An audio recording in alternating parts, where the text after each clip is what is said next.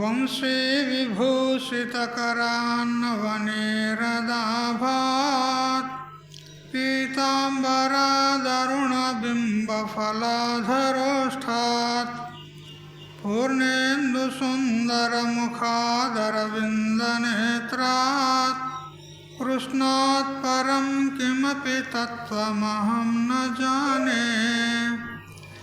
వ్యాఖ్యాముద్రికయా లసత్కరతలం సద్యోగపీఠస్థితం వామే జానుతలే దధానమపరం హస్తం సువిద్యానిధిం. విప్రవ్రాతవృతం ప్రసన్నమనసం పాథోరుహంగద్యుతిం పారాశర్యమతీవ పుణ్యచరితం వ్యాసం స్మరేత్ సిద్ధయే. శృతిస్మృతిపురాణానామాలయం కరుణాలయం నమామి భగవత్పాదం శంకరం లోకశంకరం. ఈశ్వరో గురురాత్మేతి మూర్తిభేదవిభాగినే వ్యోమవద్వ్యాప్తదేహాయ దక్షిణామూర్తయే నమః. యుక్తాహారవిహారాయ వివిక్తస్థలవాసినే మలయాళయతీంద్రాయ బ్రహ్మనిష్ఠాయ తే నమః. గీతా భాగవతాద్వైత తత్వామృతస్వరూపిణే గండిక్షేత్రనివాసాయ రామకృష్ణాయ తే నమః. ఓం పూర్ణమదః పూర్ణమిదం పూర్ణాత్ పూర్ణముదచ్యతే పూర్ణస్య పూర్ణమాదాయ పూర్ణమేవావశిష్యతే. ఓం శాంతి శాంతి శాంతి. స్వాంత పరికల్పిత బ్రహ్మాండాంతర్వర్తి సకల చరాచరముల యొక్క అసత్ జడ దుఃఖ మోహాత్మకమైనటువంటి సకల ఉపాధుల కంటే విలక్షణమై సత్ చిత్ ఆనంద రూపం చేత స్వయం ప్రకాశమానమై వెలుగొందుచున్నటువంటి ప్రత్యేక అభిన్న పరమాత్మకు సాష్టాంగ ప్రణమిల్లుతూ, ఆత్మీయులారా, శ్రీమద్భగవద్గీత కర్మయోగము తృతీయ అధ్యాయంలో మనము క్రమంగా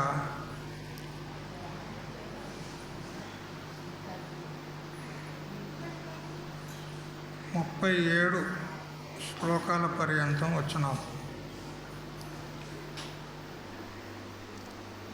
కామయేష క్రోధయేష రజోగుణ సముద్భవః మహాశనో మహాపాప్మా విద్యేన మిహవైరణం.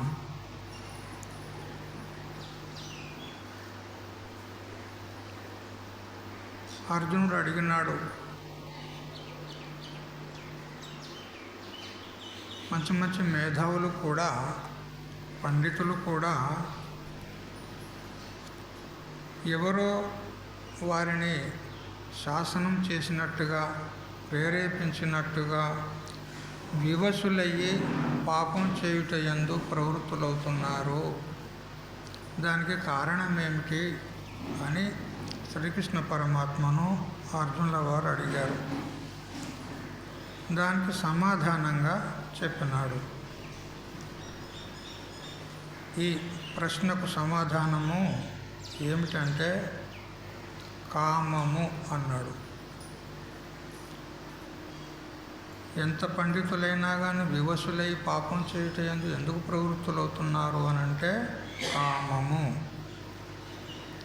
కామం అంటే కోరిక, ఇచ్చ.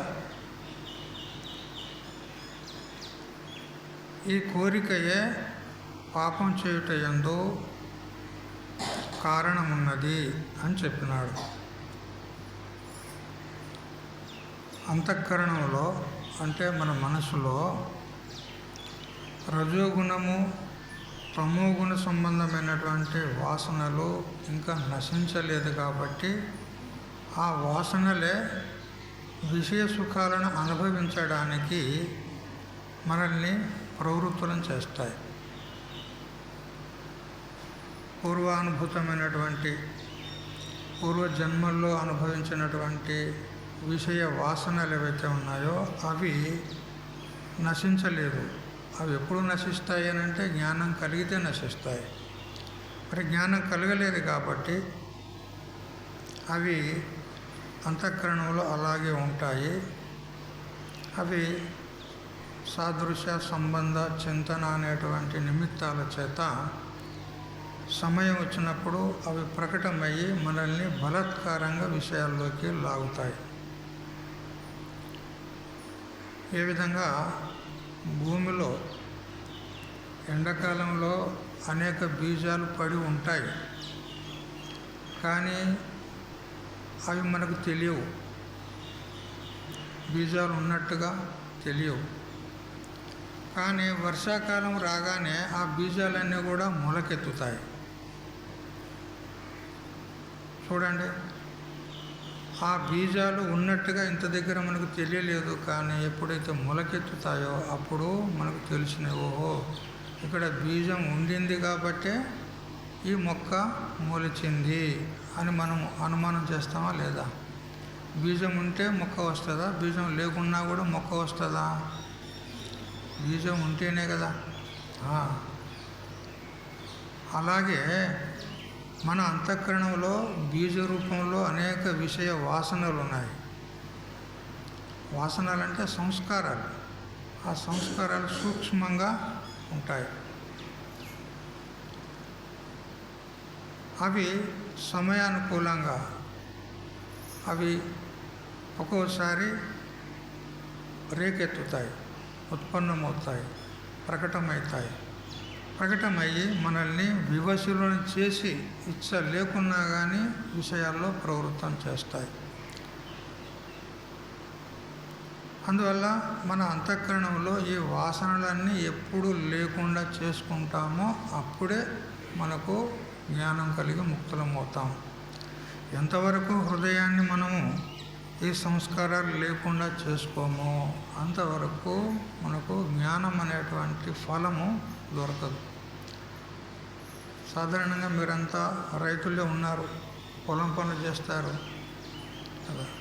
మీరు వరిచేను నాటుబెట్టారు. దానిలో ఒక నెల తర్వాత అన్నీ కలుపు మొక్కలు వేస్తాయి. ఆ కలుపు మొక్కలను ఒకవేళ మీరు తీయలేదనుకోండి, పంట ఏపుగా వస్తుందా? ఈ మొక్కలే వాటికంటే మొదలే లేచి కూర్చుంటాయి. ఆ పంటను అణిచిపెడతాయి, పంటను రానియవు. ఆ మొక్కలు తీసేస్తేనే కానీ, కలుపు మొక్కలు తీసేస్తేనే కానీ పంట మనకు ఏపుగా వస్తుంది, చక్కగా వస్తుంది. ఒకవేళ ఈ సంవత్సరము ఆ మొక్కలను తీయకుండా మనము అలాగే ఊరుకున్నామనుకో, మళ్ళీ సంవత్సరము ఇంకా అందులో పంట రావడానికి అవకాశమే లేదు. మొత్తం అవే లేచి కూర్చుంటాయి. కలుపు మొక్కలే, ఆ పాడు మొక్కలు ఉంటాయి, కొన్ని పిచ్చి మొక్కలు, అవే లేస్తాయి.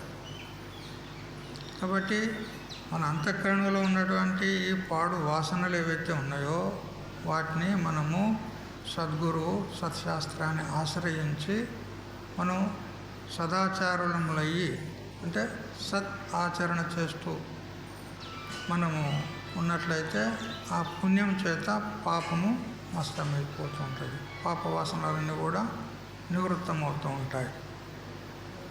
కాబట్టి ముఖ్యంగా మనము వివసులమై పాపాచరణ చేయుట యందు కారణం ఏమిటి అని అంటే కామన, కోరిక కదా.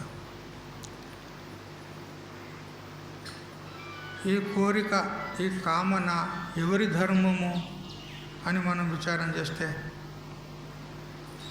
మనలో కోరిక లేచింది. ఈ కోరిక ఎవరి ధర్మము అని విచారం చేస్తే ఆత్మధర్మమా మనసు యొక్క ధర్మమా అని విచారం చేస్తే ఎవరి ధర్మము? ఆత్మధర్మం.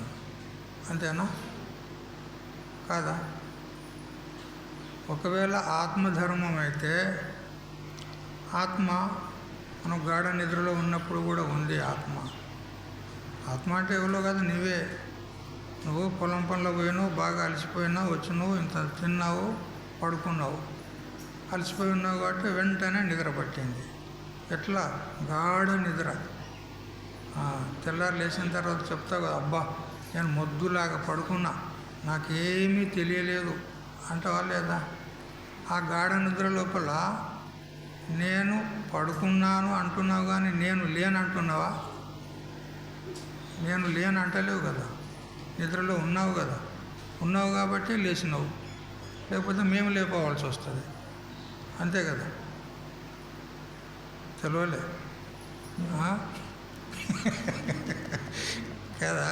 ఇప్పుడు నిద్ర లోపల మీరు ఉన్నారు కాబట్టి ఉదయం పూట లేచారు. నిద్రలో మీరు లేకపోతే మేము లేపాల పడుతుంది మిమ్మల్ని. అంతే కదా. పోయిండని మేము లేపు బయట పెట్టాలి పడుతుంది. ఇప్పుడు తెలిసింది కదా. అందుకని మనం ఉన్నాం, అక్కడ గాఢ నిద్రలో ఉన్నాం, కానీ అక్కడ కోరికలు ఉన్నాయా? హాయిగా నిద్రిస్తున్నప్పుడు కోరికలు ఉన్నాయా?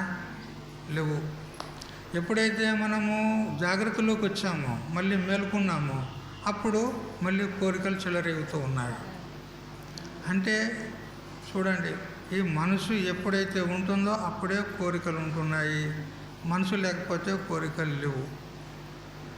అంటే ఎవరి ధర్మాలు ఈ కోరికలు? మనసు యొక్క ధర్మాలే, మన ధర్మాలు కావు. అందుకని ఈ మనసును మనం అదుపులో పెట్టుకోవాలి. ఎట్లా పెట్టుకుంటారు చెప్పండి?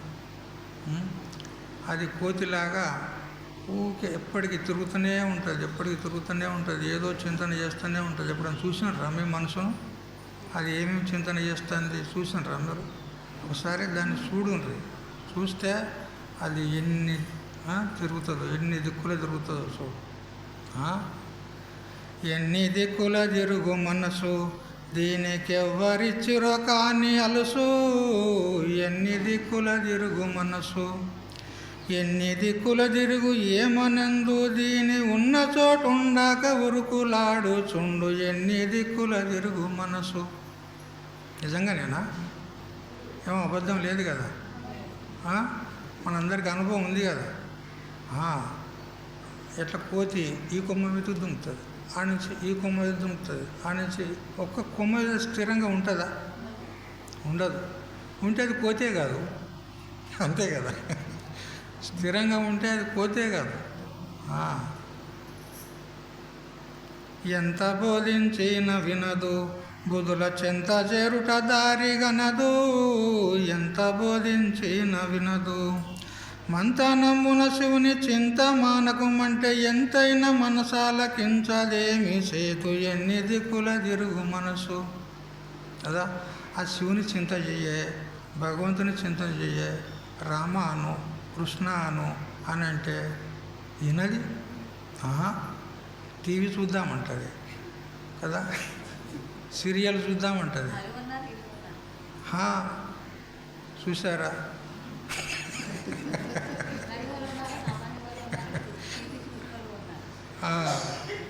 నువ్వు ముసలిదాన్ని నువ్వేం చూస్తావు టీవీ కానీ ఆ? కానీ అమ్మగారు చూస్తారు కదా కొంతమంది, టీవీ చూద్దామంటే ఎగ్దం ఇప్పుడంటే ఇప్పుడే పద అంటుంది, కానీ భజన చెయ్యి, జపం చెయ్యి అని అంటే చేతవా తీరాది, ఏం ఇప్పుడే ముసలోళ్ళమైనావా కదా, ముసలోళ్ళం ఎవరికి చూస్తవా తీ అంటుంది. కానీ శివుని చింత మాత్రము చెయ్యదు. ఏమైనా ప్రపంచ చింత మాత్రం చేస్తుంది.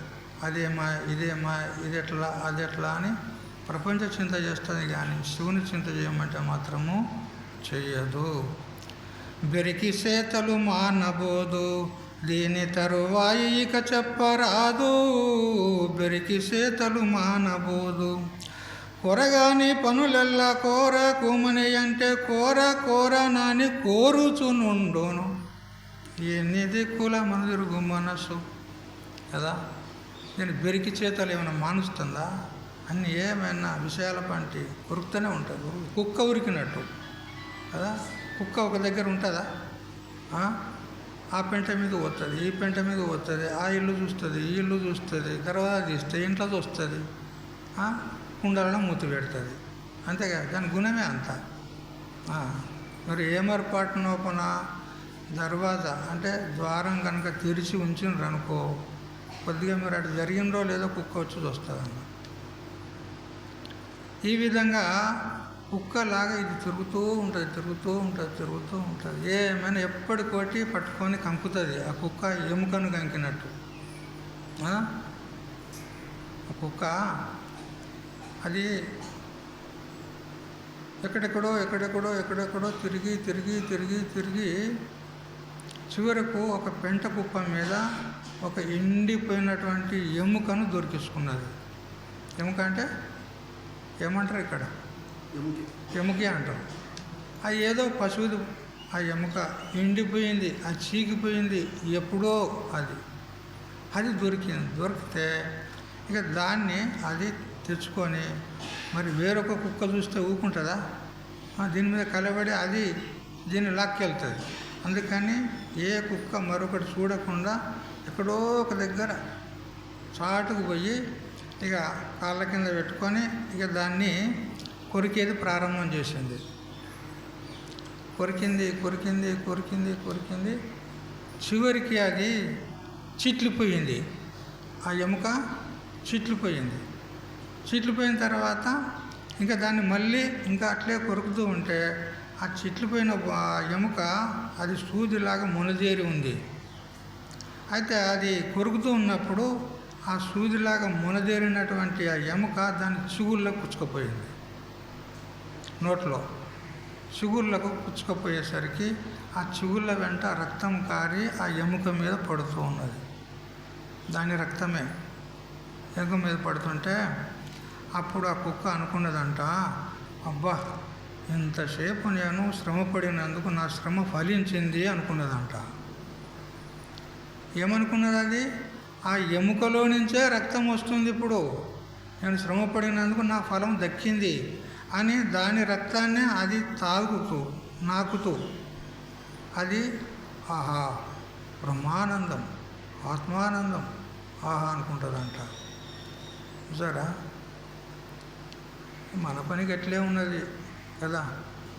మనం కూడా విషయాలు వెంబడి పడి ఇంట్లో దొరుకుతుంది సుఖము, అందులో దొరుకుతుంది సుఖము, అందులో దొరుకుతుంది సుఖము అని విషయాలు వెంబడి మనం పరుగులు తీస్తూ ఉన్నాం.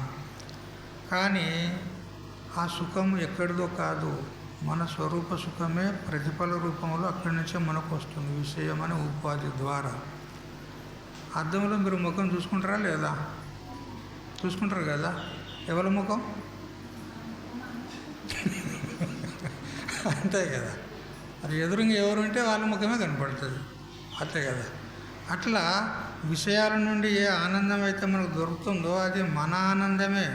ఆ విషయం అనేటువంటి ఉపాధి ద్వారా మనకు వస్తున్నట్టు అనిపిస్తుంది, కానీ మన ఆనందాన్ని మనం అనుభవిస్తున్నాము, కానీ విషయాల ద్వారా వస్తుంది అని భ్రాంతి అవుతుంది. ఎట్లా ఆ కుక్కకు ఆ ఎముకలోని నుండే ఆ రక్తం వస్తుందని దానికి ఎట్లా భ్రాంతి అయిందో మనకు గట్లే భ్రాంతి అవుతుంది. కాబట్టి ఇది కుక్కలాగా తిరుగుతూ ఉంటుంది. ఎవరు? ఎవరి గురించి మాట్లాడుకుంటున్నాం? మనస్సు. కయ్యామునకు లావు గడుసు స్త్రీల వయ్యారముని చూచి వలచు. కయ్యామునకు లావు గడుసు చెయ్యరాని పనులు చేయకుమని అంటే చేయనాని చేయుచు నుండును ఎన్ని దిక్కుల తిరుగు మనసు కదా. కయ్యానికి రెడీ. ఏమనుకుంటాను? ఏమే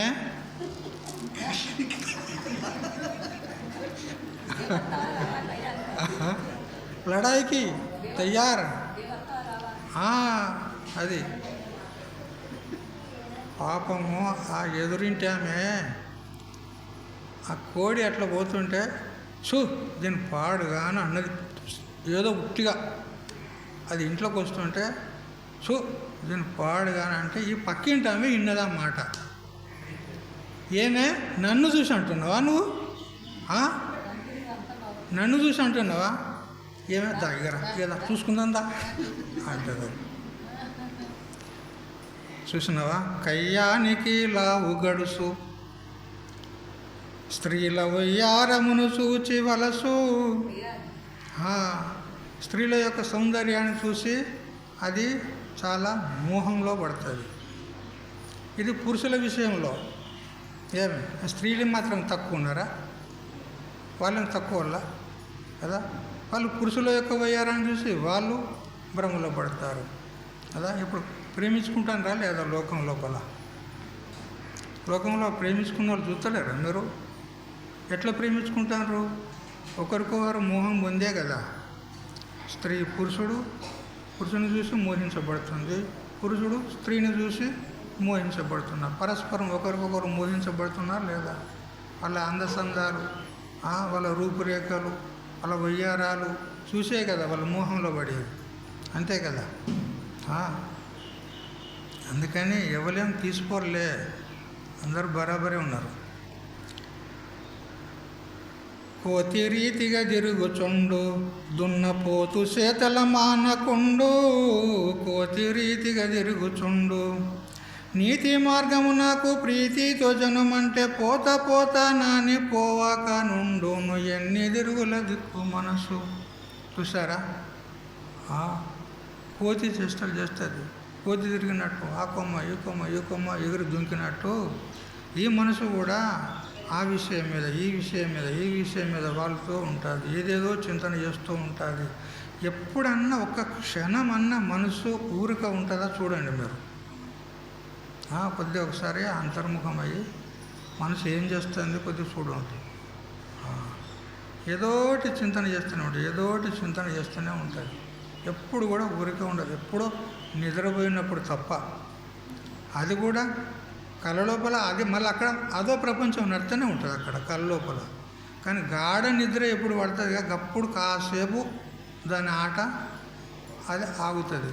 ఇక స్వప్నంలో కానీ మరియు జాగ్రత్తలో కానీ ఎప్పుడు దాని యొక్క ఆటనే ఎప్పుడు తిరుగుతూనే ఉంటుంది. ఎప్పుడు చింతన చేస్తూనే ఉంటుంది.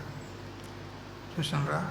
నీతి మార్గంలోకి పో, మహాత్ముల దగ్గరికి పో, గురువుల దగ్గరికి పో, ఉపదేశం తీసుకో, సత్సంగం చెయ్యి, భజన చేయి అంటే నేను చెయ్య అంట. చూసినావా? ఇది దీని సంగతి. బుద్ధి రాదు దీనికి. ఎప్పుడు వస్తుంది బుద్ధి? ఇక ఇప్పుడు సత్య దగ్గర ఇదే పని. ఇక మరి దానికి ఏమైనా ఉపాయం చేస్తారా లేదా? దాన్ని అరికట్టే ఉపాయం చేస్తారా లేదా? పోదు సద్గురు సేవ చేయ బుద్ధి రాదు దీని కాలనేయ. దీనికి కాలబెట్ట అంటారా లేదా? ఈ మనసును కాలబెట్ట.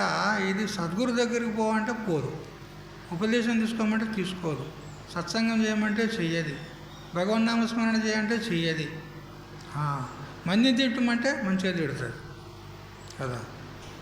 ఇది మనసు యొక్క పరిస్థితి. ఇదంతా మనందరికి అనుభవంలో ఉన్నదే కదా. ఇప్పుడు నేను చెప్పిందంతా నిజమేనా అబద్ధమా? అబద్ధం ఉంటే చెప్పుర్రు, ఏం లేదా? పక్క 100కి 100 వాళ్ళు. ఆ మనసు ఎవరిది?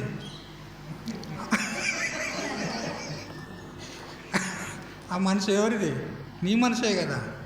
మరి ఇప్పుడు ఈ లక్షణాలన్నీ నీకే ఉన్నాయి కదా కదా. అందుకని చూడండి, మనస్సును మనం అదుపులో పెట్టుకుంటేనే కానీ, అది స్థిరపడితేనే కానీ మనకు భగవత్ సాక్షాత్కారం అవుతుంది, లేకపోతే కాదు. చూడండి, మీరు అద్దం ఎదురుగా నిలబడ్డప్పుడు మీ ముఖం చూడాలంటే అద్దము ఏ మాత్రం మాలిన్యం లేకుండా శుద్ధంగా ఉండాలి, మరి స్థిరంగా ఉండాలి. అది కదిలిందనుకో మన ముఖం సరిగ్గా కనపడుతుందా? కనపడదు. మరి మన ముఖం స్పష్టంగా మంచిగా కనపడాలంటే అద్దం శుద్ధంగా ఉండాలి, స్థిరంగా ఉండాలి. అట్లా మన మనస్సు కూడా అద్దం లాంటిది. దాన్ని స్థిరపరచుకుంటేనే కానీ మన స్వరూపం యొక్క ప్రతిబింబం, మన స్వరూపం యొక్క ప్రతిఫలనం, ఆత్మ సాక్షాత్కారం అవుతుంది, లేకపోతే కాదు. ఇక మీ ఇష్టం కదా. ఈ ప్రకారంగా కామమే అంటే మనోధర్మమైనటువంటి కామమే ఈ జీవులను పాపాచరణ యందు ప్రవృత్తం చేస్తుంది అంటాడు. ఆ కామం చేత మన యొక్క జ్ఞానం ఏదైతే ఉందో, అమూల్యమైనటువంటి రత్నం లాంటి జ్ఞానం ఏదైతే మనలో ఉందో అది ఆవరించబడుతుంది, కప్పబడుతుంది. ఏ విధంగానంటే ఇక్కడ 3 దృష్టాంతాలు ఇస్తున్నాడు భగవంతుడు. చదవండి. చదువుతారా శ్లోకం? చదవనికి వస్తుందా? వచ్చిన వాళ్ళు చదవండి, వచ్చిన వాళ్ళు చదవండి. ధూమేనావ్రియతే వహ్నిః యథాదర్శో మలేన చ యథోల్బేనావృతో గర్భః తథా తేనేదమావృతం.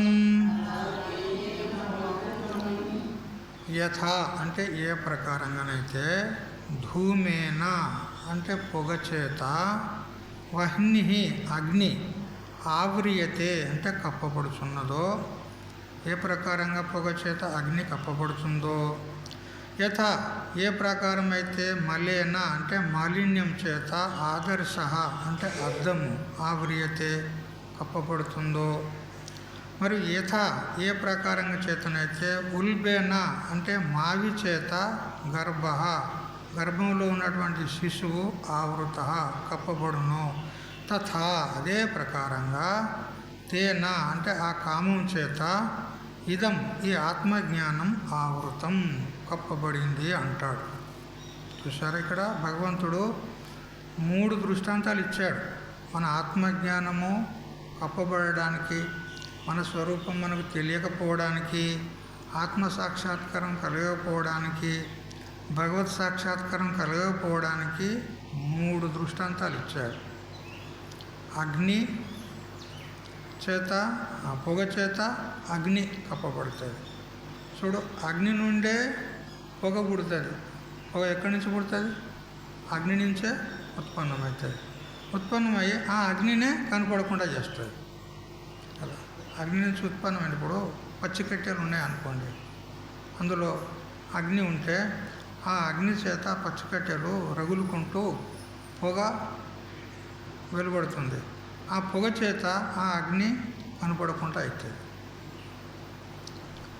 పొగనే కనపడుతుంది, అగ్ని కనపడదు. చూడు, ఇప్పుడు ఏం చేసింది? పొగ అగ్నిని కప్పేసింది. మరి అద్దాన్ని, ధూళి, అద్దం ఉన్నది, దాని మీద అంతా దుమ్ము పట్టింది అనుకో, అప్పుడు మన ముఖము కనపడదు. చూసారా, శిశువును మావి ఆవరించినట్లు కదా, గర్భస్థ శిశువును మావే కదా కప్పుకొని ఉండేది కదా, ఆ మావే ఆ శిశువును ఆవరించి ఉంటుంది కదా. అదేవిధంగా మన యొక్క జ్ఞానాన్ని కూడా ఇది ఏం చేస్తుంది? ఈ కామము, ఈ కోరిక ఆవరిస్తుంది, అంటే కప్పేస్తుంది. అంటే నేనెవరినో నాకు తెలియదు, భగవంతుడు అంటే ఎట్లుంటాడో ఎక్కడుంటాడో నాకు తెలియదు. తెలిసిన వాళ్ళు చేయబట్టారు, మరి చేయలేబట్టారు. మాకు భగవంతుడు పలానా చోట ఉన్నాడు మాకు ఎరికే, అని ఎంతమందికి తెలుసా మీ అందరికీ? భగవంతుడు ఎక్కడున్నా చెప్పండి.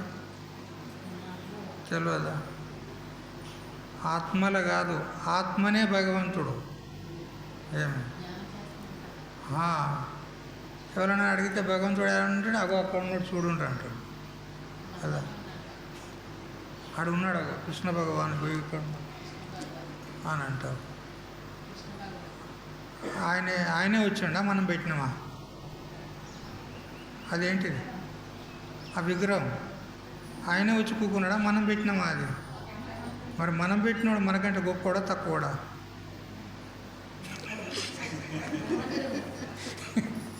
కదా. మనమే పెట్టినాం, మనమే పెట్టి భగవంతుడని మొక్కుతున్నాం కదా. మరి అసలు భగవంతుడు ఎక్కడున్నాడు? మనలోనే కాదు, మన స్వరూపమే భగవంతుడు. అంటే ఎవరో కాదు, అది చెప్తుంది మనకు భగవద్గీత. తెలిసిందా? మరి ఇప్పుడు నేనే పరమాత్మను అని ఎంతమందికి తెలుసు చెప్పండి? తెలియదు. అదే ఆవరణ, అదే అజ్ఞానము. ఏ విధంగా శిశువును మావి కప్పేస్తుందో, ఆ అద్దమును ధూళి ఏ విధంగా కప్పేస్తుందో, అగ్నిని పొగ ఏ విధంగా కప్పేస్తుందో, అట్లా మన కామన ఉన్నది కదా, కోరిక, అదే ప్రతిబంధకం, అదే అడ్డుగోడ, అదే మన స్వరూపాన్ని కప్పేస్తుంది.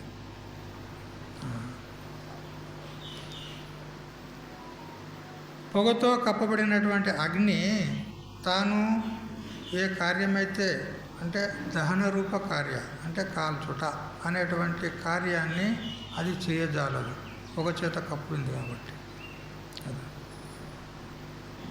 మరి మలినమైనటువంటి అద్దము ముఖ ప్రదర్శనమును చేయజాలదు. మావితో మూవబడినటువంటి పిండము కాళ్ళు చేతులు కదుపజాలదు. అలా కదుపుకోవడానికి ఏమైనా అవకాశం ఉంటుందా? తల్లి గర్భంలో ఉన్నప్పుడు శిశువుకు మనం అంటే ఈ నుంచి అటు దుంకుతాం, ఆ నుంచి ఇటు దుంకుతాం, అటు ఎగురుతాం, ఇటు ఎగురుతాం, కాళ్ళు ఇట్లా చేతులు ఇట్లా లేబడతాం, చేద్దాం. కానీ శిశువు చేయగలదా? ఎందుకు? ఆ సంకుచితమైనటువంటి ప్రదేశంలో మళ్ళీ అందులో మావి చేత దట్టంగా కప్పబడి ఉంది, దానికి కదలడానికి వీల్లేదు. చూసారా పాపం ఆ శిశువుకు ఎంత కష్టం. మనము హాయిగా అటు ఇటు తిరుగుతున్నాం, కానీ ఆ శిశువుకు ఎంత కష్టం చూడండి. కాబట్టి ఆ కష్టాన్ని కనుక విచారించినట్లయితే ఇక మళ్ళీ జన్మకు రావద్దు అనిపిస్తుంది. మలమూత్ర కొంపలో నా మనమిన్నది ఇంకా చాలు, నీ కోతి గుణము మానవే ఓ మాయలాడి మనస. మలమూత్ర కుంపలో నుంచే కదా మనం వచ్చింది.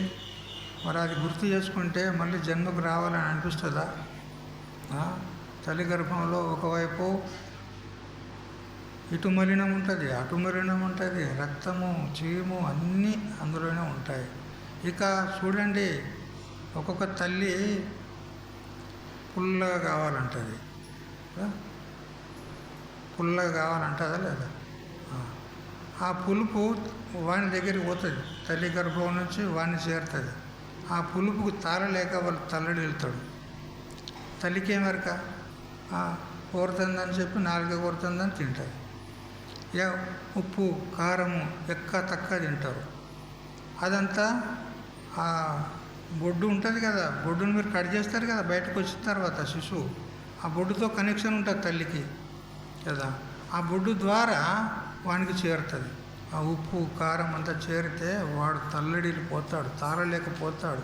ఆ కారానికి, ఆ ఉప్పుకు, ఆ పులుపుకు భరించలేక ఈ తల్లికి ఏమెరక, వానికి ఏం కష్టమైతే ఎరకనా? తినేది ఒకటే ఎరక కదా, ఎదురైందల్లా తినేది. మన్ను కూడా తింటారు కదా, నల్ల రేగడి మన్ను తింటారు మంచిగా, పెడ్డలు ఎరుకొని.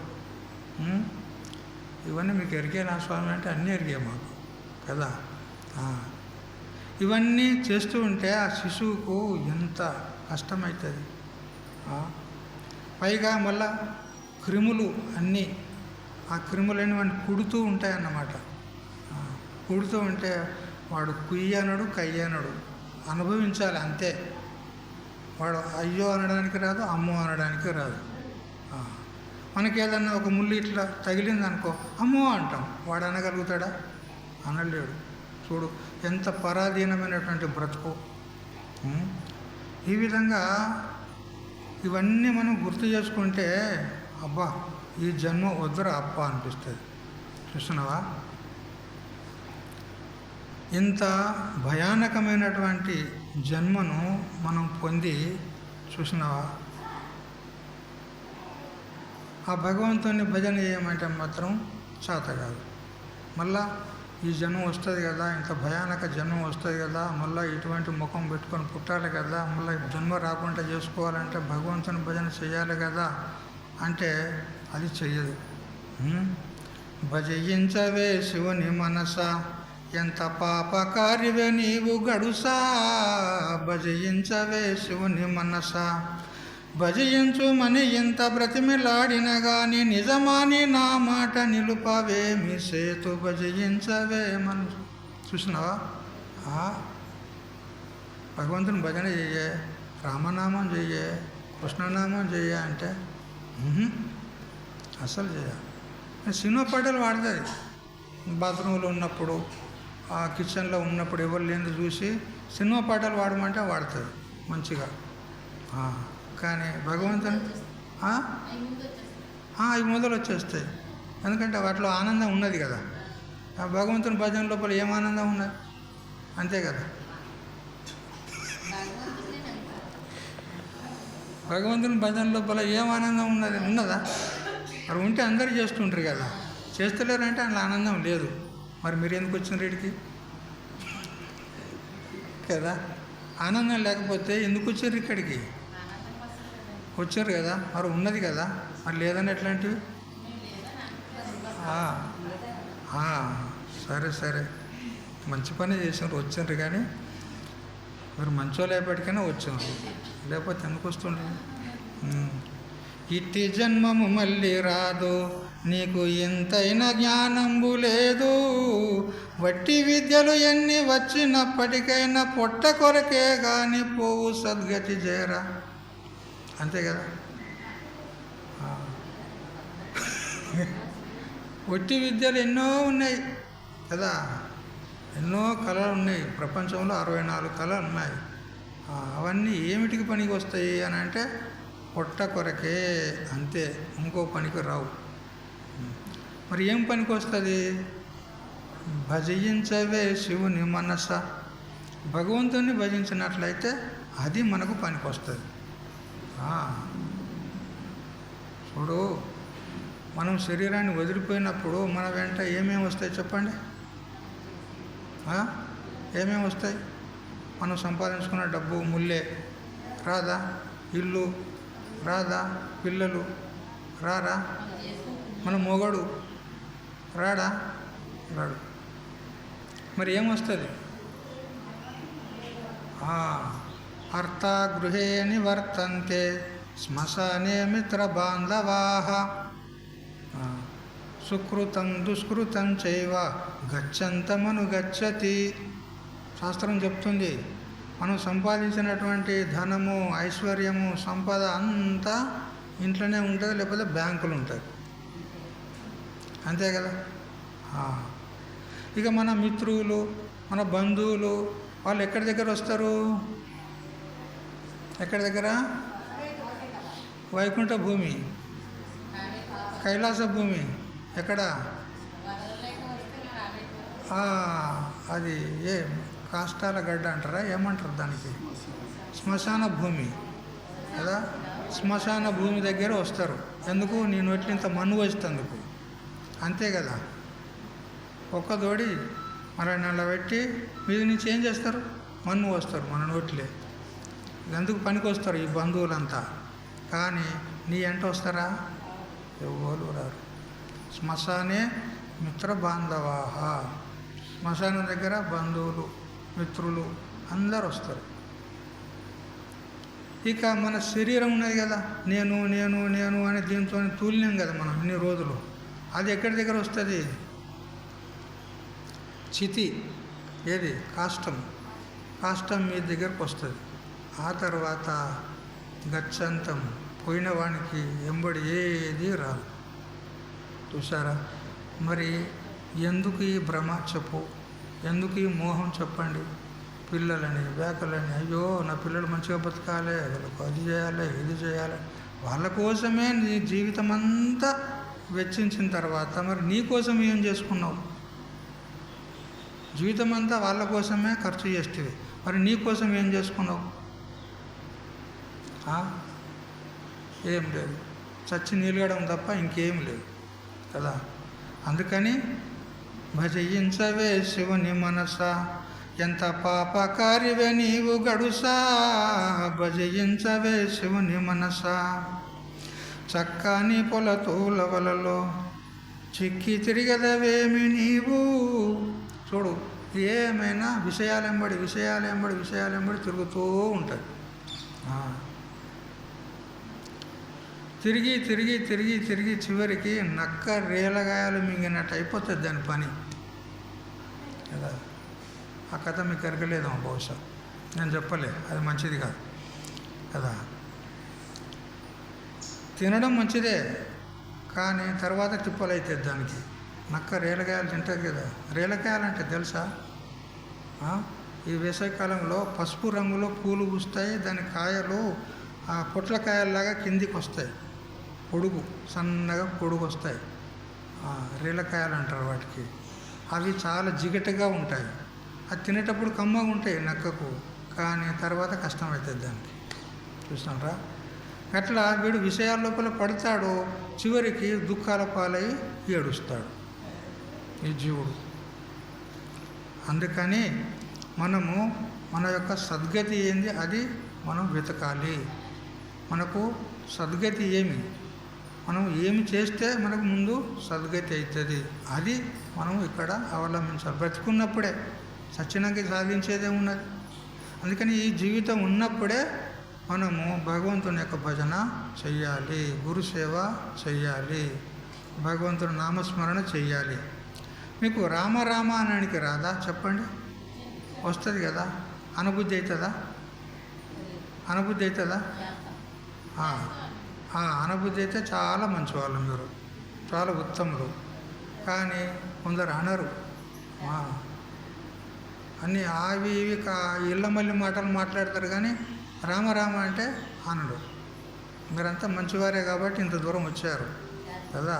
మీరందరూ ఏదో ఒకటి గురువు దగ్గర, ఏ గురువు దగ్గర నన్ను ఉపదేశం తీసుకున్నారా మీరు?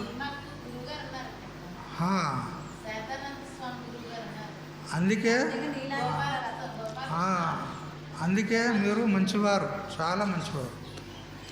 ఒక గురువు మీకు దొరికాడు కాబట్టి మీ జన్మ ధన్యమైపోయింది.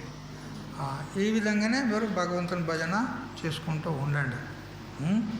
అట్లా చేసుకున్నట్లయితే మీ యొక్క కళ్యాణం అవుతుంది, మీకు మోక్షము ప్రాప్తమవుతుంది.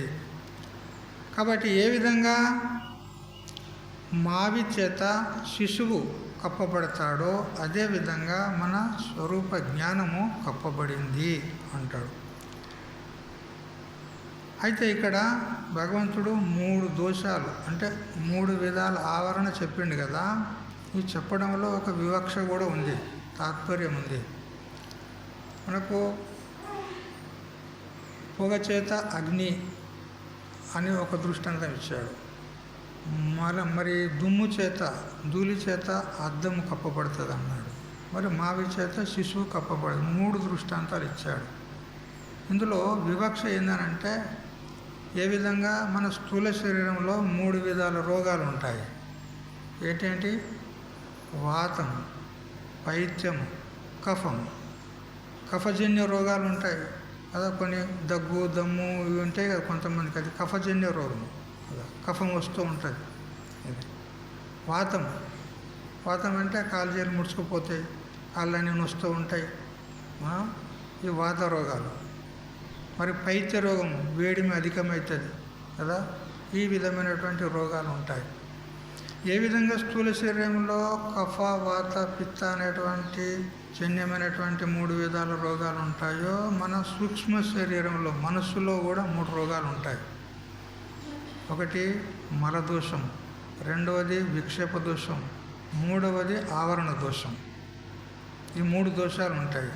ఆ 3 దోషాలను చెప్పడానికే 3 దృష్టాంతాలు ఇచ్చాడు భగవంతుడు ఇక్కడ. అద్దం దృష్టాంతము మల దోషానికి నిదర్శనం. అద్దం ఏ విధంగా దుమ్ముతోని మాలిన్యంతో కప్పబడుతుందో అట్లా మన అంతఃకరణం కూడా పాపం అనేటువంటి మలం చేత అది కప్పబడింది. ఆ పాపం అనేదే మలం, దాని చేత మన జ్ఞానము కప్పబడింది. అంటే తెలుస్తలేదు, మనం ఎవరమో తెలుస్తలేదు, భగవంతుడు అంటే ఎవరో తెలుస్తలేదు. ఎందుకు? ఈ పాపం ఉన్నది కదా, ఈ పాపమే మల రూపం చేత అది మన స్వరూపాన్ని కప్పుతుంది. అట్లే పొగ ఏదైతే ఉందో అది అగ్నిని కప్పుతుంది కదా, అది విక్షేప దోషానికి నిదర్శనం. ఏ విధంగా పొగ చంచలమయ్యి ఉన్నటువంటి అగ్నిని ఎలా కప్పుతుందో అట్లా ఈ మనసులో కూడా చంచలతా దోషం. చంచలం అంటే స్థిరంగా ఉండదు బుద్ధి కదా. మనం సత్సంగానికి కూకుంటాము, కానీ ఒక 10 నిమిషాల్లోనే 10 అవతారాలు ఎత్తుతాం మనం. తెలిసింది కదా, ఒబ్బరు ఇట్లా ఊకుంటాం, ఒబ్బరు ఇట్లా ఊకుంటాం, ఒబ్బరు ఇట్లా, ఒబ్బరు ఇట్లా కదా, ఒబ్బరు ఇట్లా,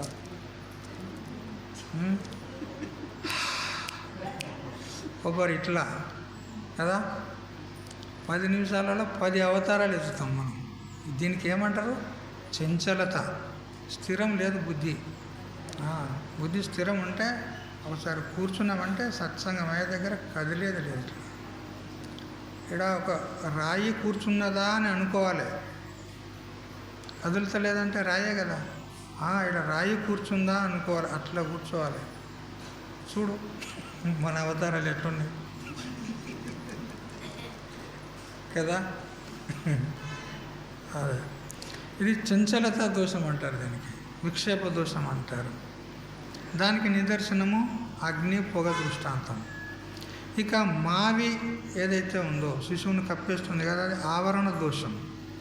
ఆవరణ అంటే అజ్ఞానం, మన స్వరూపాన్ని అజ్ఞానము కప్పేసింది.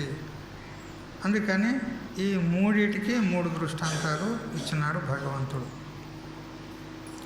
కాబట్టి దీని అంతటికీ మూల కారణం ఎవరు అంటే కామము, కోరిక. మనకు ప్రాపంచికమైనటువంటి కోరికలు ఉన్నాయి కాబట్టే భగవంతుని భజన చేయడానికి మన మనస్సు అది ప్రవృత్తం కావడం లేదు. కాబట్టి మూలం ఏందనంటే కోరిక, కామన.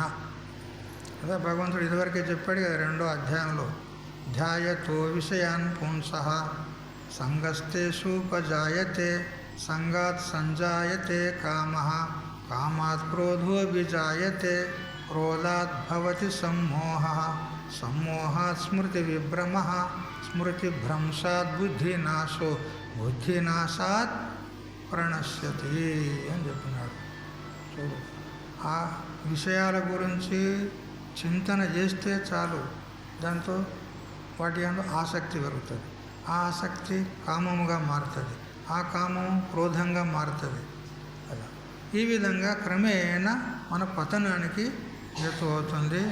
ముఖ్యంగా ఎవరు అంటే ఈ కామన లేదా మన మనస్సు అని తెలుసుకోవాలి. తర్వాత చెప్తున్నాడు, తర్వాత శ్లోకం చదవండి. ఆవృతం జ్ఞానమేతేన జ్ఞానినో నిత్యవైరిణ కామరూపేణ కౌంతేయ దుష్పూరేణానలేన చ.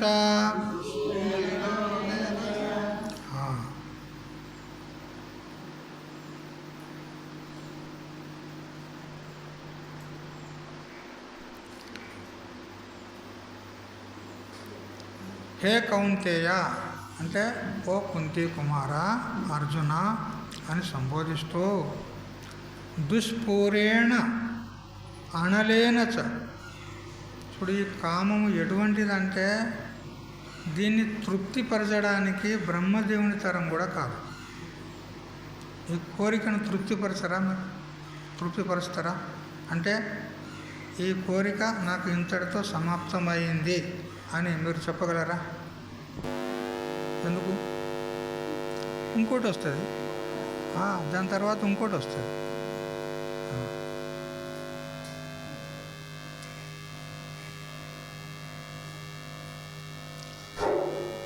ఒక కోరిక తీరిన తర్వాత మరొక కోరిక, అది తీరిన తర్వాత మరొకటి వస్తుంది కదా. పూర్ణేషు పూర్ణేషు వాటిని పూర్తి చేసుకుంటూ ఉంటే మరి పునర్నవానాం ఉత్పత్తి చేస్తుంది. కొత్తవి మళ్ళీ ఉత్పన్నమవుతూ ఉంటాయి కదా. కొత్తది పట్టు చీర తెచ్చుకోవాలని అనిపిస్తుందా లేదా? అనిపిస్తుంది కదా. ఎందుకంటే స్త్రీలకు ముఖ్యంగా వస్త్రాలు ఆభరణాల మీద ఎక్కువ మక్కువ. పక్కింటామే తెచ్చుకున్నది అనుకో, అది నాకు కానికే కావాలి అంతే.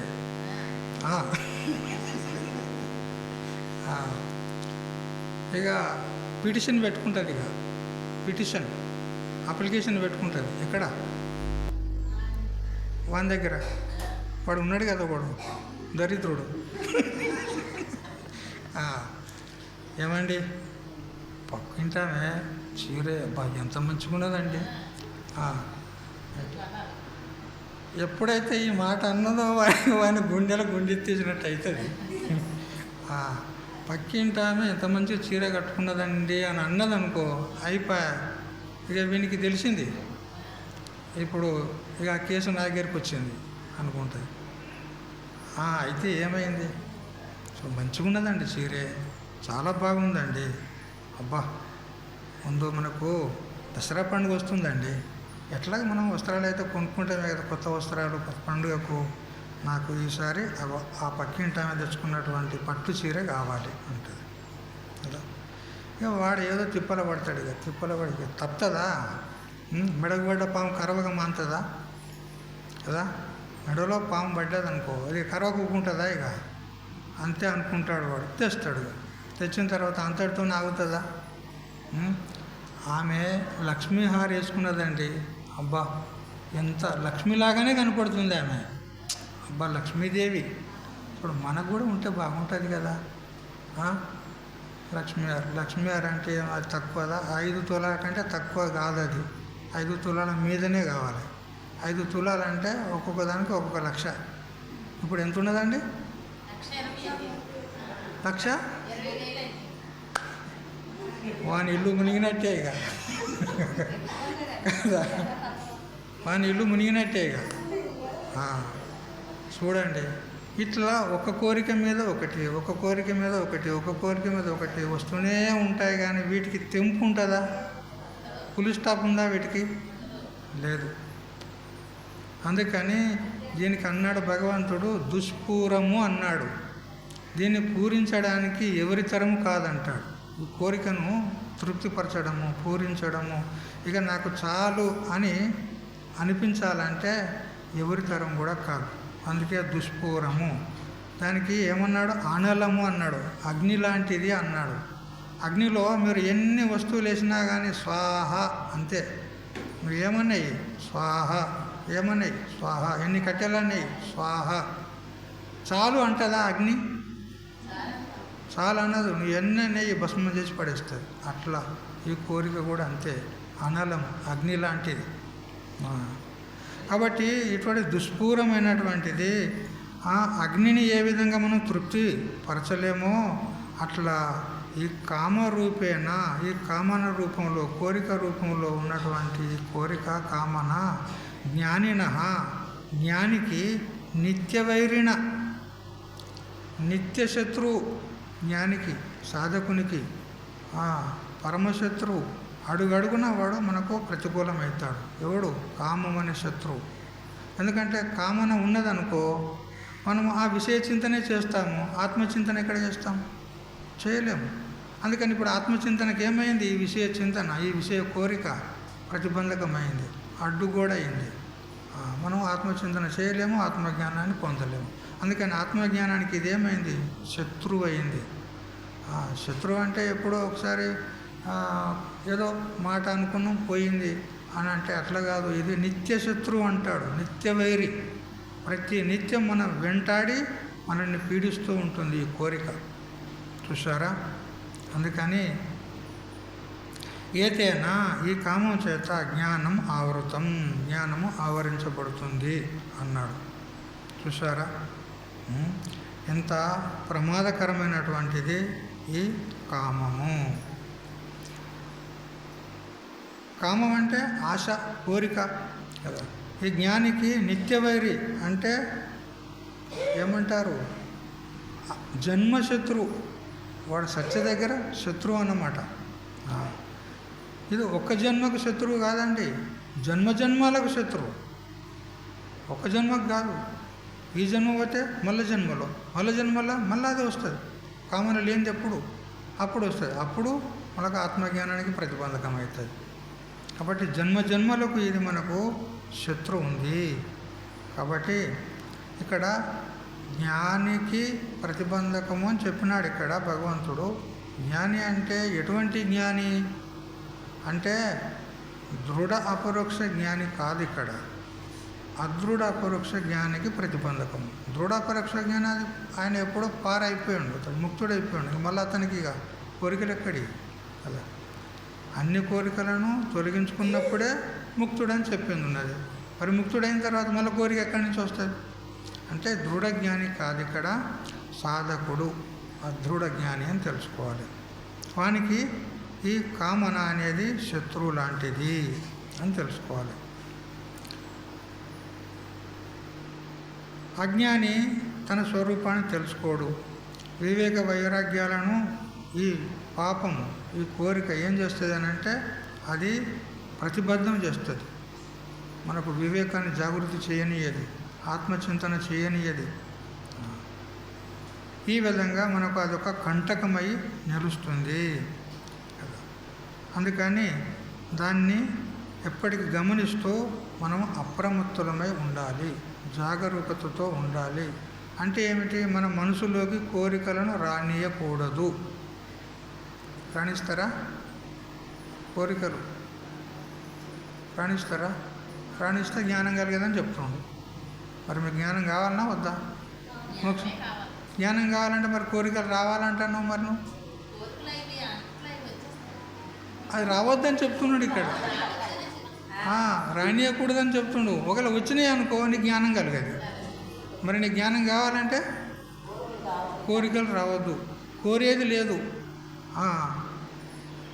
ఇంతే నాకు చాలు తమలపాకు తొడిమే 10,000, అందరి ఓలే అడిగేదని కాదు, కొందరి ఓలే కొడితే కుసరేదని కాదు, కాడి ఎట్లా నమ్మి నాకు కడియాలు దేరమొగడ, ఇంతే నాకు చాలు తమలపాకు తొడిమే 10,000.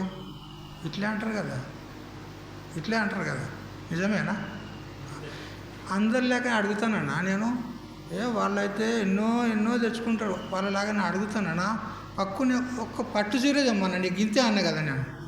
ఏదో తమలపాకు తొడిమే చిన్న కోరిక, అది గీంత కోరుతానా నేను. గీంత దేవా నువ్వు నన్ను కట్టుకున్నందుకు? నీ దుంపదేగా గింతేనా నీ పని? చూడు ఆ పక్కింటోడు చూడు ఏమేం తెస్తున్నాడు, కోరిందల్లా తెస్తున్నాడు. నేను ఆమెలాగా అడిగినా నేను? అందరి ఓలే అడిగేదని కాదు, కొందరి ఓలే కుసిరేదనిగా. అయ్యో నాకు గీంత కుసరే, నేను ఇది ఒక్కటే నాకు, అంతే ఒక్క పట్టు చీరనే గింతతే అంట. చూడు ఇట్లా కనుక ఒకవేళ మీరు కోరిండ్రనుకో, ఈ మనసు లోపల కోరికల పుట్టే అయిపోతుంది. అది కోరికల పుట్టనే అయిపోతుంది. పుట్టలు ఏముంటాయి? చెదలు లెక్క ఉంటుంది. అదండి చెదలు ఎన్ని ఉంటాయి పుట్ట లోపల? లెక్క లేదు. అట్లా మన కోరికల పుట్ట అయిపోతుంది. అంటే కోరికలకు లెక్క లేకుండా అయిపోతాయి. ఒకటి అనుకోటి పుడుతూనే ఉంటాయి. ఇక మీరు ఈ కోరికల లోపలనే చస్తే ఇక మోక్షం ఎప్పుడు పొందుతారు మీరు? జ్ఞానాన్ని ఎప్పుడు పొందుతారు మీరు? అందువల్ల మనకు జ్ఞానం కలగాలి, మోక్షం కావాలి అంటే కోరికలు రాకుండా చేసుకోండి. ఏది కోరకండి, ఉన్నదాంతో తృప్తి పడండి.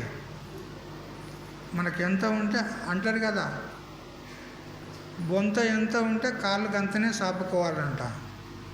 బొంత చిన్నగా ఉన్నది అనుకో, బొంత అంటే ఏమంటారు దాన్ని, బొంతే అంటారు కదా, చిన్నగా ఉన్నది బొంత, అప్పుడు ఎంత ఉన్నదో గంతనే కాలు చాపుకోవాలి. నేను ఇట్లా పొడుగు చాపుతా అంటే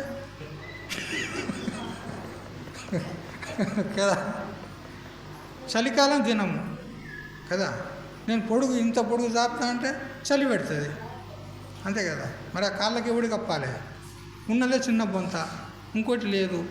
మరి ఇప్పుడు ఈ కాళ్ళను చలి లేకుండా, చలి తాకకుండా, చలి సోకకుండా మనము సురక్షితంగా ఉండాలంటే ఏం చేయాలి, బొంత ఎంత ఉన్నదో అంతనే ముడుచుకొని పండుకో, నీ మూల్యం పోతుంది అంటారా లేదా. అంటే ఎంతలో ఉంటే అంతనే చదువుకోవాలి. నాకు ఇది కావాలి అది కావాలని గొంతమ్మ కోరికలు కోరేది లేదు. అందుకని కోరికలు కోరకుండా ఉండడమే మంచిది. శాంతిగా సుఖంగా ఉంటారు. తృప్తిగా ఉన్నారనుకో, అంతటి జీవితము స్వర్గం కంటే ఎక్కువనండి. తృప్తి ఉన్నదానిలో మీరు తృప్తి చెందినారనుకో, అది స్వర్గానికంటే ఎక్కువ. ఇక మీరు కోరికలు కోరుతూ ఉన్నారనుకో, ఇది లేదు అది లేదు అది లేదు అని ఇంట్లో ఎప్పటికీ అంతకంటే నరకం ఇంకోటి లేదు ఇక కదా. ఇంటి దాని పోరు ఇంతింతగాదయా విశ్వదావిరామ వినురవేమ. అబ్బో వీళ్ళు నాకంటే గొప్పలే వీళ్ళు కదా. ఇంటిదాని పోరా అంటే మీరు అనుకోకండి భార్య అని అంటుండ్రు అనుకో, ఇంటిదంటే మన మనసు. ఆ మనసు దాని పోరు ఇంతింత కాదు, అబ్బా ఒకటి తర్వాత ఒకటి ఒకటి తర్వాత ఒకటి పీడిస్తూనే ఉంటుంది. అందుకని దాని పోరు వడలేము మనం. అందుకని దాని పీడ వదిలించుకునేదే మంచిది. అంటే ఏ కోరిక కోరకుండా ఉన్నామనుకో, అది 1 రోజు 2 రోజులు 3 రోజులు మనల్ని కదుపుతుంది. ఏమయ్యా అది తేకపోతే అది తేక అంటుంది. ఇక అడిగి వాడు తేకపోతే ఏం చేస్తారు, వీని ఇంట్లో పెని ఎలగబడి నేను ఎంత అడిగినా అడిగి ఇక అడిగేది వేస్ట్, ఎందుకు అడగాలి అని గొప్ప అయిపోతుంది. మనసు గతికి అంతే. అందుకని కోరికలు కోరరాదు. ఒక కోరిక నా పిల్ల జల్ల మీద అందరి మీద, నా కొడుకు ఇట్లా చదువుకోవాలి, పెద్దోడు కావాలి, డాక్టర్ కావాలి, బిడ్డ మంచిగా ఇంజనీర్ కావాలి, అట్లా ఇట్లా ఎన్నో కోరికలు, వాళ్ళు పెద్ద చదువులు చదివించాలి, ఇట్లా కోరికలు కలుగుతాయి కదా. ఇక భార్య మీద భర్తకు, భర్త మీద భార్యకు అన్యోన్యమైనటువంటి ప్రేమలు, ఇదంతా బూటకం ప్రేమ, వాస్తవం కాదు. మీరేమంటారు? బూటకమే అంటాను నేను, మీరేమంటారు? భర్త భార్యను ప్రేమించింది అనుకో, భర్త భార్యను ప్రేమించాడు అనుకో, ఇది నిజమైన ప్రేమ అంటారా? నిజంగానే మీ ఆయన నిజంగానే ప్రేమిస్తాడా? అవునా? సత్యం.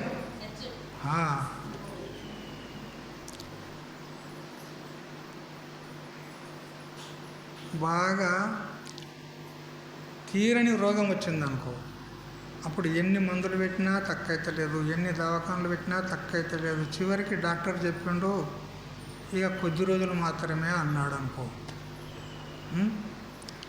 అప్పుడు ఆయన ఏం చేస్తాడు చెప్పండి? ఆయన ఏం చేస్తాడు? ఆశ చాలించుకుంటాడా లేదా? ఇక పెట్టి పెట్టి పెట్టి చెయ్యి కడుక్కున్నా, మొత్తం ఏం లేదు ఇంట్లో పాత్రలు తప్ప ఇంకేం లేవు. ఇక అన్నీ అమ్మినా, అన్ని రోగాలకు పెట్టినా, ఇక అయినా కానీ దక్కేటట్లేదు. ఏం చేస్తాం? ఇక భగవంతుని దయ అని భగవంతుని మీద వదిలిపెడతాడు, వాని ఆశ వదులుకుంటాడు. ఇప్పుడు నిజంగా ప్రేమించినట్టేనా? నిజంగా వదులుకున్నాడా లేదా? నిన్ను ఆశ వదులుకున్నాడా లేదా?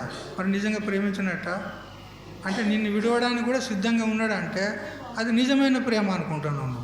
బూటకం ప్రేమ. కాబట్టి ఇవన్నీ భ్రమల పడకండి. ఎవరు కారు. ఇప్పుడు మీరు ఈడికి వచ్చినారు, ఏదో భగవంతుని కథలు వింటున్నారు, సత్సంగం చేస్తున్నారు, గురుదేవుని యొక్క పాద పూజ కూడా చేస్తారు. చేయలేదు కదా? చేస్తారు కదా 12:30కు కదా. ఇటువంటి పుణ్యకార్యం చేసుకున్నారు. ఈ పుణ్యము మీ భర్తకు పోతుందా? పోదు. భర్త చేసుకున్న పుణ్యం నీకు వస్తుందా? రాదు. ఎవరు చేసుకునేది వాళ్ళకే కదా. మరి అలాంటప్పుడు మరి మన పుణ్యం మనం చేసుకొని మనం తరించాలి కదా. మరి వాని కోసం ఎందుకు ఏడవాలి, పిల్లల కోసం ఎందుకు ఏడవాలి? సరే, బాధ్యత ఉందని మనం చేసుకోవాలి, అంతేగాని మోహం పెట్టుకోరాదు వాళ్ళ మీద. ఏ శాస్త్రం కూడా పిల్ల జల్ల అన్నీ ఇడిచిపెట్టమని చెప్పలే, సన్యాసం తీసుకో అని చెప్పలే. ఉండు, నువ్వు ఉన్న చోటే ఉండు, కానీ అహంకారము మమకారం పెట్టుకోవద్దు. ఏది ఏమైనా సరే, ఒకసారి దుఃఖం వస్తుంది, ఒకసారి సుఖం వస్తుంది, ఒకసారి లాభం వస్తుంది, ఒకసారి నష్టం వస్తుంది. అవి వస్తూ ఉంటాయి, పోతూ ఉంటాయి, కానీ మనం సమానంగా ఉండాలి. సుఖం వచ్చినప్పుడు వా అనేది లేదు, దుఃఖం వచ్చినప్పుడు అయ్యో అయ్యో అనేది లేదు. సమానంగా ఉండాలి. అహంకారం మమకారాలు వదిలిపెట్టాలి. ఎవరి మీద కూడా మోహం పెట్టుకోరాదు. ఒక కథ చెప్పనా, వింటారు కదా. ఒక గురువు దగ్గర శిష్యుడు ఉండేవాడు. ఇట్లాంటి శిష్యుడు కదా. ఈ శిష్యుడు చాలా మంచోళ్ళే. అబ్బా నేను చూస్తున్నా, బ్రహ్మాండంగా సేవ చేస్తాడండి. ఆయన పోతా అంటే నాకే దుఃఖం అనిపిస్తుంది. కానీ ఒక దగ్గర ఒక గురువుకు శిష్యుడు ఉన్నాడండి. అయితే ఎప్పుడు గురుదేవుని దగ్గరికి వచ్చేది, సత్సంగం చేసేది, శాస్త్రశ్రవణం చేసేది, గురుసేవ చేసేది. ఇక రాత్రి అయినాక ఇంటికి పోయేది. అతడు బ్రహ్మచారిగా ఉన్నప్పుడు చాలా బాగా సేవ చేసిండు. అంతలో తల్లిదండ్రులు అతనికి ఏం చేసినారు, పెళ్లి చేశారు. మీరు చాలా హుషారు ఉన్నారు, నేను చెప్పకముందుకే చెప్తున్నారు కదా. పెళ్లి చేశారు. పెళ్లి చేసిన తర్వాత ఇక ఒక నెల రోజుల దగ్గర గురువు దగ్గరికి అట్లే వస్తున్నాడు. వచ్చిన తర్వాత ఒకనాడు మెల్లగా అమ్మగారు అంది, ఆ నూతన వధువు కదా, ఆ భార్య, ఏమండి మీరు చాలా రాత్రి దగ్గర పోతున్నారు, నాకు భయం వేస్తుందండి, ఒక్కదాన్నే కదా. ఏర్పడ్డారు కదా, ఇవాళ రేపు ఎవడు ఉంటాడు తల్లిదండ్రుల మీద కదా. మొదలు ఒప్పందం చేసుకున్న తర్వాతనే పెళ్ళి. ఇగో నన్ను నువ్వు పెళ్లి చేసుకునేది ఉంటే మీ అమ్మ నాన్నతో నేను ఉండా, మనం వేరే ఉందామంటే పెళ్లి చేసుకుంటా, ఒప్పుకుంటావా? ఇక వాడు ఏం చేస్తాడు, ఇక ఆమె మీద మోహపడ్డాడు వాడు. ఇంకా ఇప్పుడు అవ్వ కావన్నా ఇల్లాలు కావన్నా అంటే ఏమంటాడు వాడు, నాకు ఇల్లాలే కావాలంటాడు కదా. ఇప్పుడు అట్లా తయారైంది వృత్తి. ఇక అమ్మగారు ఏర్పడ్డారు కాబట్టి ఇంట్లో ఒకటే ఉంటుంది. ఏమండి మీరు రాత్రి దగ్గర అట్లే పోతుంటే నాకు ఒక్కదానికి భయం వేస్తుందండి అని ఒకరోజు అన్నది, మళ్ళొక రోజు అన్నది, మూడో రోజు అన్నది. అనగానే వీనికి ఏమనిపిస్తుంది, నిజంగానే ఆమె అంతగానో భయపడుతుంటే నేను అంతగానో అక్కడికి పోయి గురు సేవ చేస్తుంటే బాగుండదు అని చెప్పి వీడు దినం పూట మాత్రమే సేవ చేసేది. పొద్దు అస్తమిస్తుండగానే గురుదేవా సెలవు ఇప్పించండి. ఏమరా తొందరగానే పోతున్నావు ఏంటంటే, మా ఆవిడకు కొంచెం భయం అవుతుందండి. సరే పో అన్నాడు. ఇక కొన్ని రోజులు అయిన తర్వాత, ఏమండి అందరూ తిరునాళ్ళకు పోతుండ్రండి, తీర్థం అంటారా తిరునాళ్ళు అంటారా ఇక్కడ, జాతర ఏదో పోతున్నారండి, మనం కూడా పోదామండి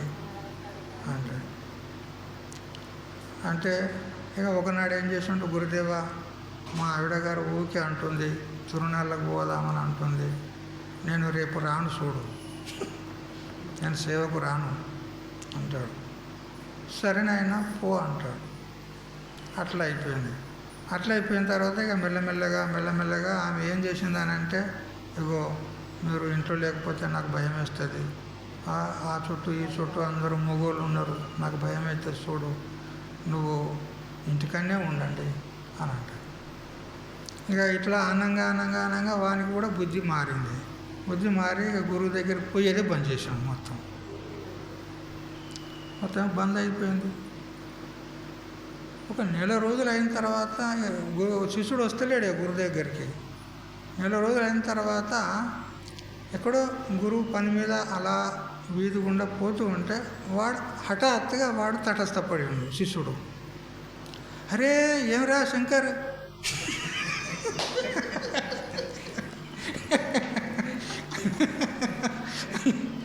ఏమరా నెల రోజుల నుంచి కనపడతలేమురా, అసలు ఆశ్రమానికి రావడమే మొత్తమే మానేసావు ఎందుకురా అంటే, స్వామీజీ ఏం చేయాలి గురుదేవా, మా ఆవిడ నన్ను చాలా ప్రేమిస్తుంది స్వామీజీ, నన్ను విడిచి ఉండలేదు. అబ్బా ఎంత గాఢమైన ప్రేమ చేస్తుందంటే నన్ను అసలు నోటిలో అన్నం పెట్టదండి నేను కనపడకపోతే. నిజంగానేనా? లేదు స్వామీజీ, ఒక్కరోజు కనపడకపోతే ఆమె ఎంతో ఏడ్చుకుంటూ కూర్చుంటుంది, బాగా ప్రేమిస్తుంది నన్ను. నిజంగా ప్రేమిస్తుందారా? లేదు స్వామీజీ, నా మీద ఒట్టు, నన్ను చాలా ప్రేమిస్తుంది అన్నాడు. సరే, ఇప్పుడు నిజంగా ప్రేమిస్తుందా లేదా నువ్వు ఒకసారి పరీక్ష చేసుకో.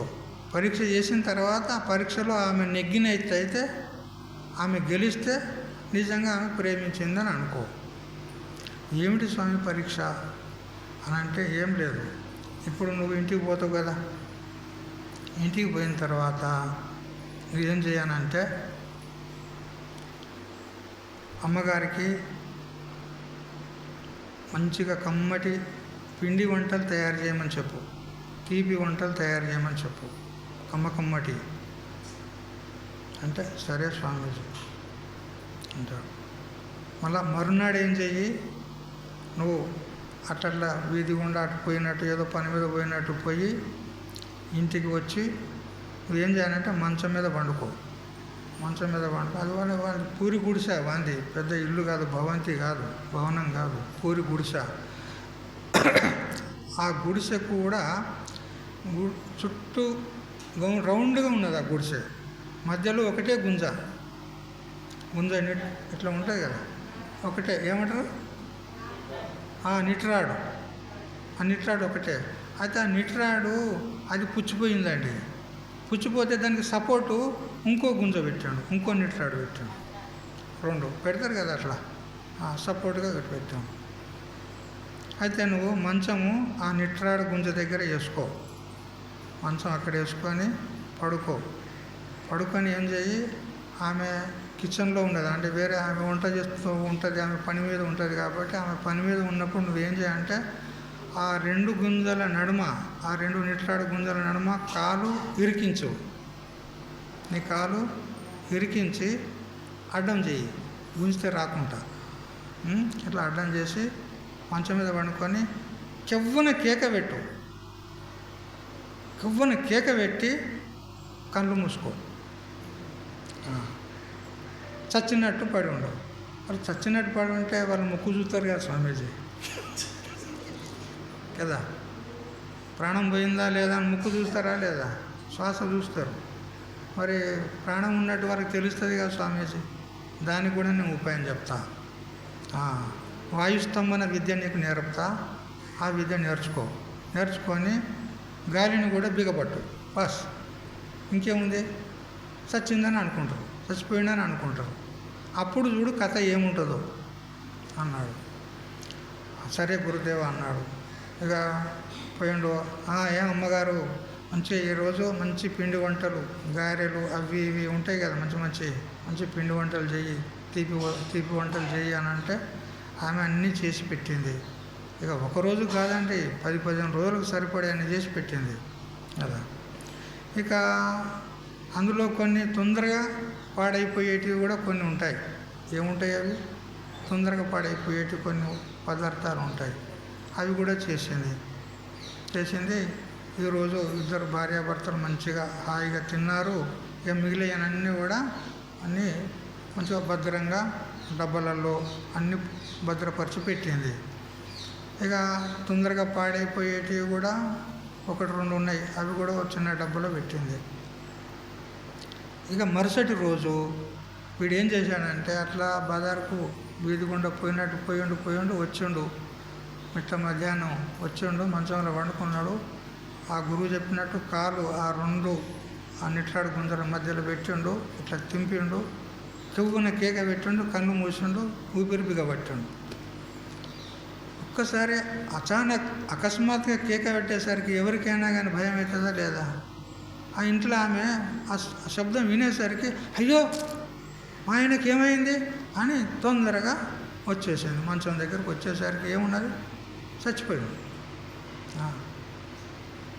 అప్పుడు ఆమె ఏం చేసిందంటే, ఇప్పుడు నా భర్త చనిపోయిండని నేను బజార్లోకి పోయి గోల చేస్తానంటే అందరు వస్తారు.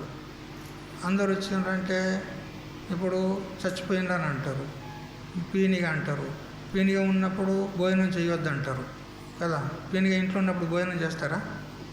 పక్కింట్లో ఇంటికి పోయి చేస్తారనుకో. ఈ రోజుల్లో ఇంట్లో చేయరు. పక్కింటి వాళ్ళ దగ్గర పోయి ఛాయ్ చేయించుకొని టిఫిన్ చేయించుకొని తినొస్తారు, కానీ తినకూడదు. అయితే పీనిగే ఆ శవం ఇంట్లో ఉన్నప్పుడు తినకూడదు అని అంటారు. అందుకని మరి అవి పాడైపోయేటట్టున్నాయి. ఏవి నిన్న చేసినాయి అవి పాడైపోయేటివి కొన్ని, మంచిగా 10 రోజుల దగ్గర ఉండేటివి కొన్ని ఉంటాయి, వాటికేం చింత లేదు. కానీ పాడైపోయేటివి ఉన్నాయి కదా, మరి అవి పాడైపోతే ఎట్లా అని చెప్పి మెల్లగా అక్కడికి పోయింది. ఆ పాడైపోయే వస్తువులు ఏమున్నాయి మంచిగా తిని అప్పుడు బజార్లోకి వచ్చి వీధిలోకి వచ్చి అయ్యో అయ్యో అయ్యో మా ఆయన చచ్చిపోయాడు అని గోల పెట్టేస్తే అందరూ ఇరుగుపోరు వాళ్ళందరూ వచ్చినారు. అయ్యో అయ్యో మంచిగా ఉండే కదా, ఏమైంది అని అంటే, అవునండి ఇప్పుడే వచ్చిండు, వీధి నుంచి ఇప్పుడే వచ్చిండు, బయటకు పోయి ఇప్పుడే వచ్చిండు, ఏమైందో ఏమో ఒక్కసారి కెవ్వన కేక పెట్టాడు, చచ్చిపోయాడు. అయ్యో అయ్యో అయ్యో అంటే ఇక గోల చేస్తుంది, ఇక ఏడుస్తుంది. ఇక అప్పుడు ఇక సచ్చినాక ఇక చేసేది ఏమున్నది కదా. అందరు అన్నారు ఇక తీయండి ఇక కదా. ఉంచుతారా? ఇక చచ్చిన పిన్న ఇంట్లో పెట్టుకుంటారా? పెట్టుకోరు. ఎంతమంది 10 లక్షలు కోటి రూపాయలు పెట్టి కట్టినా కానీ ఉంచుతారా? క్షణం కూడా ఉంచారు. తీరు బయటకు తీయని అంటారు. అట్లా ఇక అందరూ ఇరుగు పొరుగు వాళ్ళు వచ్చినారు. ఇక ఇంకేమున్నది, ఆశ లేదు, చచ్చిపోయాడు, తీయరు బయటకన్నా. బయటకు తీయాలంటే మరి తీయాలంటే అతన్ని మంచం నుంచి లేపాలి కదా. లేపితే వస్తలేదు, కాలు అలా ఇరిగిపోయింది. వాడు గట్టిగా బిగబట్టి అడ్డం దింపిండు, అది వస్తలేదు. అప్పుడు ఇరుగు పొరుగు వాళ్ళు అన్నారు, అయ్యో కాలు వస్తలేదు, శవాన్ని బయటకు తీయాలి కదా. ఇప్పుడు ఈ 2 నిట్రాడు గుంజాల్లో ఒకటి పుచ్చిపోయింది కదా, పుచ్చిపోయిందాన్ని కొట్టేద్దాం, తీసేద్దాం అంటే ఆమె అంటది, అయ్యో అయ్యో అయ్యో అయ్యో అంత పని చేయకుండా, అయ్యో అది నాకు నిట్టాడు గుంజలాగా నా ఉన్న మొగడు పోయిండు, ఈ ఉన్న నిట్టాడు గుంజని కూడా మీరు ఉన్నడికెత్తే ఇంత గుడిసె కూలిపోతుంది, అందుకని ఈ నిట్టాడు గుంజని కొట్టకండి, సచ్చినోడు చచ్చిండు కదా, సచ్చినోడు లేచి వస్తాడా, ఆ కాలే కొట్టండి అన్నాడు కదా, ఆ కాలే కొట్టిపడేయండి అన్నాడు. అప్పుడు నిజంగానే మరి ఇక ఉన్న బోరెం వాళ్ళ మొగడు వంగ బొంతకి ఏడ్చినట్టు ఆ మొగడే పోయిండు. ఇక పోయిన తర్వాత ఇక గుంజకి ఏడ్చింది ఆమె. అందుకని సరే ఆమె అనేది మంచిదే అని చెప్పి ఇక వాడు గొడ్డలు తీసుకొచ్చి నరకడానికి ప్రయత్నం చేసేవారు. వాడు అట్లే లేచిపోకున్నాడు. వాడు లేకపోతే చంపుతారు వాడిని, ఆయన దాన్ని ఎత్తారు. అట్లే లేచిపోకున్నాడు. పోకున్న తర్వాత అప్పుడు తెలిసింది కదా, ఇప్పుడు భార్య ప్రేమ ఎంతవరకు ఉన్నది మీకు అర్థమైందా లేదా? భార్య యొక్క ప్రేమ ఎంతవరకు ఉంది, అట్లనే ఉంటుంది మన ప్రేమ కూడా. ఇది నేను చెప్పడం లేదండి, వేదం చెప్తుంది. నవారే సర్వస్య కామాయ సర్వం ప్రియం భవతి, ఆత్మనస్తు కామాయ సర్వం ప్రియం భవతి. ఎవరిని ప్రేమించినా కానీ వాళ్ళ కోసం ప్రేమించరు, తన కోసమే ప్రేమిస్తారు అని శాస్త్రం చెప్తుంది. భార్య భర్తను ప్రేమిస్తుంది, కానీ భర్త కోసం కాదు, తన కోసం. ఎందుకు? అతడు ఉంటేనే కానీ ఈమెకు మనుగడ కదా, ఈమె సుమంగలిగా ఉంటుంది. ఇప్పుడు ఎవరి ఇంట్లో పండుగ అయిందనుకో, అప్పుడు విధవలకు రాణిస్తారా? శుభకార్యాలకు రానియరు. మరి ఆయన ఉంటే నాకు అంతటా ఫ్రీ ఉంటుంది, ఎక్కడైనా పోవచ్చు, నేను సుమంగలిగా ఉంటా అని ఆమె స్వార్థం కోసం వాడిని ప్రేమిస్తుంది. ఇక అతడు ఈమెను ఎందుకు ప్రేమిస్తాడు? వాని స్వార్థం కోసమే. వంట చేసి పెడుతుంది, బట్టలు ఉతుకుతుంది, ఇల్లు శుభ్రం చేస్తుంది, పొలం పనులు చేస్తుంది, నాకు అన్ని విధాలు సహకరిస్తుంది అని వాడు ఈమెను ప్రేమిస్తాడు. ఇప్పుడు ఎవరి కోసం ఎవరు ప్రేమిస్తున్నారు చెప్పండి? తన కోసమే. లోకంలో ఇది రీతి ఉన్నది. అందుకని ఎవరి మీద మోహం పెట్టుకోకండి. ప్రేమించండి, ప్రేమించకమని చెప్పడం లే, ప్రేమించండి, కానీ మోహం ఉండరాదు. వీళ్ళే నాకు సర్వస్వము, వీళ్ళే నాకు అతి గతి అని మాత్రం అనుకోకండి. మన గతి మనం చూసుకోవాలి. మన గతి ఏంటి? ముంగట భవిష్యత్తులో భగవత్ సాయుధ్యాన్ని పొందాలి కదా, ఆత్మజ్ఞానాన్ని పొందాలి. అది ఎట్లా కలుగుతుందని విచారం చేసి ఆ మార్గంలో మీరు వెళ్ళండి. మళ్ళీ ఎప్పటిలాగా మీ కుటుంబంలో భార్య, బిడ్డలు, భర్త, భార్య అందరూ మంచిగా అన్యోన్యంగా ఉండండి. కానీ మోహం పెట్టుకోరాదు, అహంకార మమకారాలు ఉండరాదు. ఆ విధంగా మీరు జీవనం గడుపుకున్నట్లయితే ఆ జీవనముకు సుఖవంతంగా గడుస్తుంది అని ఇంత దగ్గర మనము ఈరోజు ఉదయం పూట కార్యక్రమం చేసుకున్నాం. ఇక మిగతా విషయాన్ని సాయంత్రం పూట తెలుసుకుందాం. హరి ఓం తత్సత్. ఓం సహనావతు సహనౌ భునక్తు సహ వీర్యం కరవావహై తేజస్వినావధీతమస్తు మా విద్విషావహై. ఓం శాంతి శాంతి శాంతి.